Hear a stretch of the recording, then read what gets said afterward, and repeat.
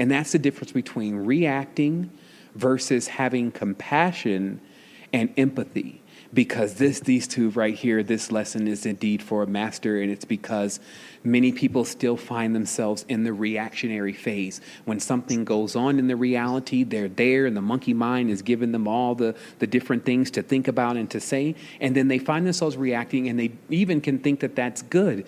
And when we talk about compassion, of course, everyone knows that the key to this, as I call it, the compass to Zion, the compassion and the love must be incorporated with what we do. But how is compassion not reacting?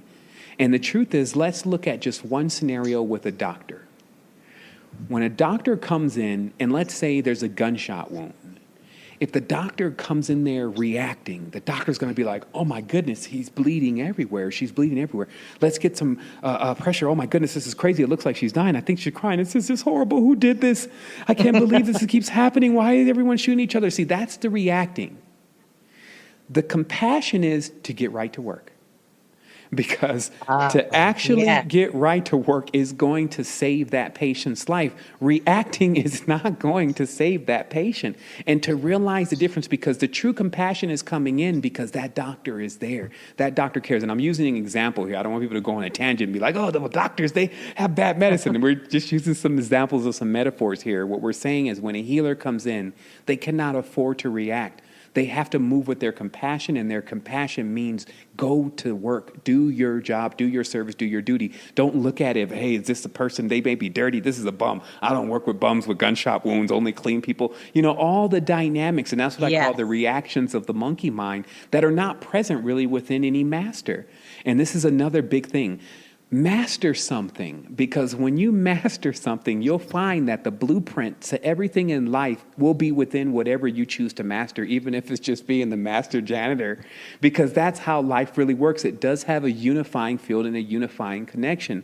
And I find that sometimes we think, well, I'm too old to master anything, but there's yoga schools. You can go master Kundalini yoga now, or you can go and teach yourself another language, like let's say Arabic or Sanskrit, or, you can maybe just go learn geometry. But never forget that a lot of us that are very intelligent have a tendency to be masters or in many respects, but kind of like a jack of all trades, but really not a master or perfected anything.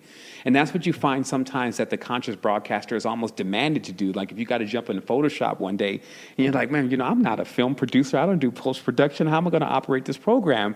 And then you can sit around and then you can imagine that someone else is going to do it for you. And then you can wake up like 2 months later and that stuff is already 2 months old and you're trying to look into another project because you're just moving too slow. It really demands that, okay, once again, be ready to learn. Realize that all these designs that are coming out now, and that's why Final Cut, which is, of course, one of the number one media creators for video, start looking like iMovie because people were familiar with jumping into iMovie because it looks simple to them.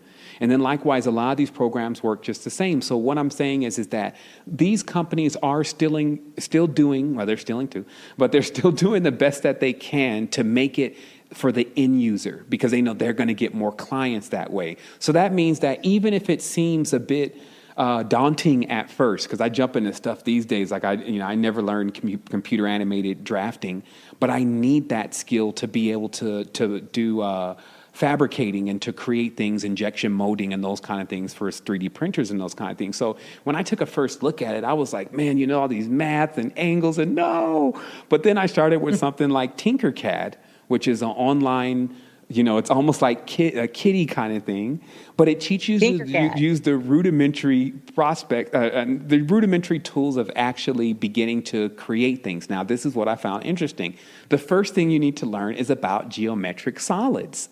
So this connects right again with spirituality. See, when people dig into things, they'll find that the same mechanics, and we're going to talk about a very powerful one, the same mechanics to how things work on all these levels of anything that's working can be crossed over into all the higher aspects of life. And one of the most powerful ones that I just thought about the other day was how you can have this cell phone, right? So what happens here is through the air, it's nothing but frequencies coming through. And somehow this frequency is carrying your voice. It can carry a song that you're singing. It can carry pictures of you, movies. It can carry all this, and it carries it through the air, and then bam, it comes into this phone, and the phone reads the frequencies, and then that comes back to the person as all that. That is the perfect example of what the hyperdimensional plane is really like. It's all frequencies. You can't really even see it with what we call the normal eye. You need another lens to really look into it. But it's something there that identifies all of the energies and all the forces moving through the reality. And we find so much connection with that alone because it lets us know this is not something fanciful when people talk about the astral plane and astral travel.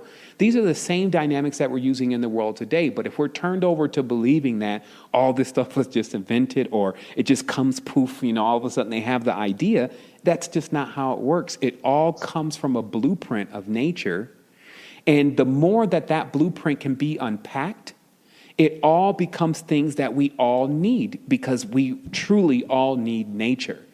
And so this is another aspect of the conscious being, is to realize that the way you go into the future is to start identifying what you need.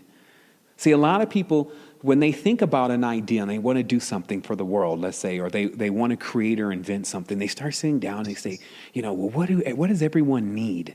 And they maybe come up with an idea like, well, people need to, I guess, have the tissue roll the tissue for them.